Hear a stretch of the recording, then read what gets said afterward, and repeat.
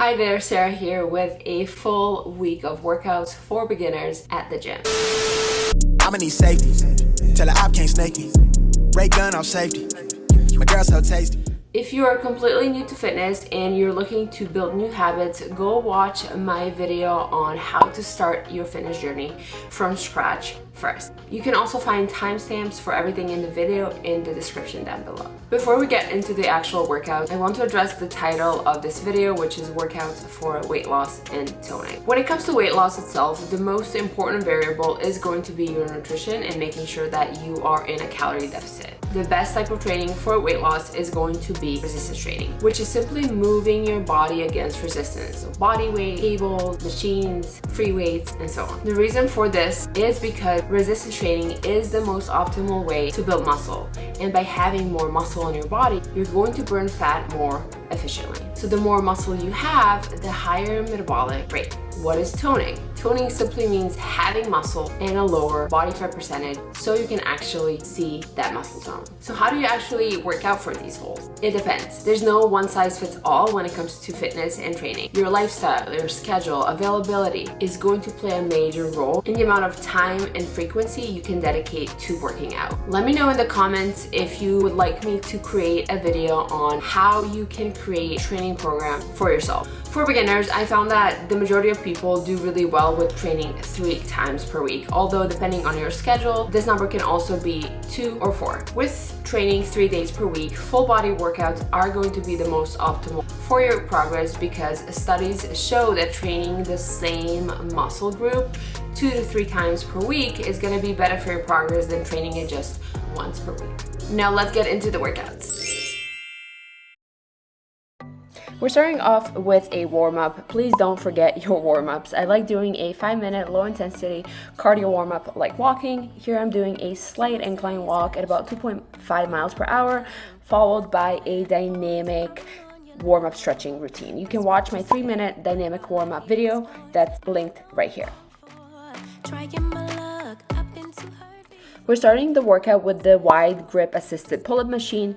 This machine might look intimidating, but it's really easy to use. And what's unique about it is that the more weight you put on, the easier it will be to lift yourself. Start by doing 10 pounds less than your body weight. Next, we have the dumbbell bench press. This movement is not just a chest exercise. This is going to be working your chest, your shoulder, and your tricep muscles. You want to make sure that your elbows are not flared to the side and that they are at about a 45-degree angle. We'll be doing 10 to 12 reps of this for 3 sets and resting 90 seconds in between each set. Next, we have goblet squats. I really like starting these by placing the dumbbell on a bench and then lifting it up from a squatting position. Hold the dumbbell against your collarbones, tighten your core, and squat down. You want to keep your torso as vertical as possible so you're not leaning too far forward. If you can go below parallel, that's okay. Just squat to wherever you feel the most comfortable. I really recommend filming yourself so you can watch your form and make improvements as you go. We'll be doing 10 to 12 reps of this for 3 sets and resting 90 seconds in between each set. For our final exercise, we'll be doing an elbow plank and holding for about 20 to 30 seconds for 3 sets and resting 90 seconds in between each set. Have your stopwatch in front of you so you can track your time. Make sure that you track all of your weights and all of your times so you can make improvements as you go. We're starting the second workout with hip thrusts. If you don't have this exact setup, you can use a box or a bench that comes right about under your knee. This bench is not my ideal setup because it's a tiny bit lower than it needs to be for my height. So just make sure that you find a bench or a setup that is the most comfortable for you. I recommend you start using a barbell and light bumper plates right away if you can versus an easy bar that's going to be much harder to set up correctly. Bumper plates are these rubber plates that are all the same diameter. We'll be doing 10 to 12 reps of this for 3 sets and resting 90 seconds in between each set. Next, we have the seated row cable machine with this V-grip handle. Start the movement by retracting your scapula and pulling your shoulder blades back. Exhale as you pull the weight in and inhale as you lower it down. We'll be doing 10 to 12 reps of this for 3 sets and resting 90 seconds in between each set.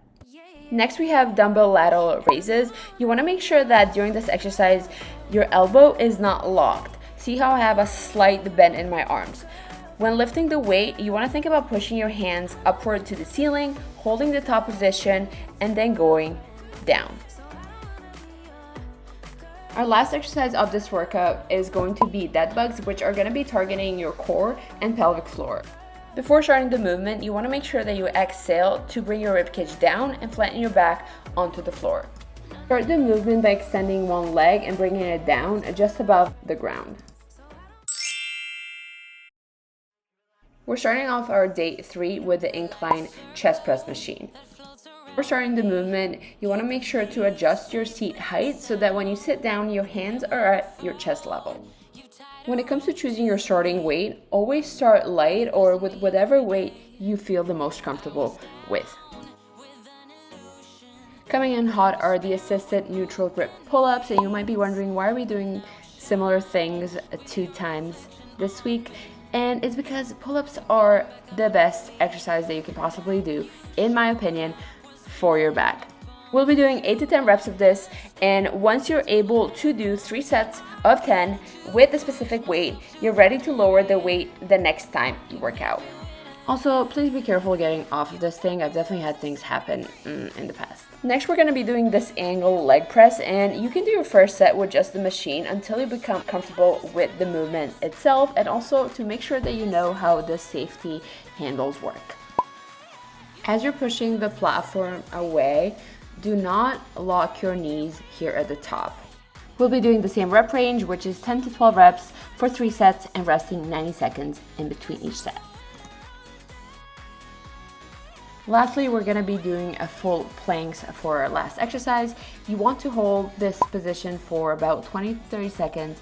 If you can do more, awesome. If you can't do 20 to 30 seconds, do as long as you can, but just make sure to track your progress so you can make improvements as you go. Hopefully you guys like this video, and just remember that consistency is going to be the most important variable when it comes to seeing progress in the gym. So if you can only dedicate 2 days per week to training for prolonged periods of time, do that. One of the biggest mistakes that people make when it comes to training is starting off really strong in the beginning because they're feeling motivated, but not having the motivation to really stick to that long term. Training 3 times a week for a year is going to be much better for your overall progress than training 6 days a week for 3 weeks. If you like this video, please make sure to give it a thumbs up. It really supports my channel, as well as subscribe if you want to see more videos from me in the future.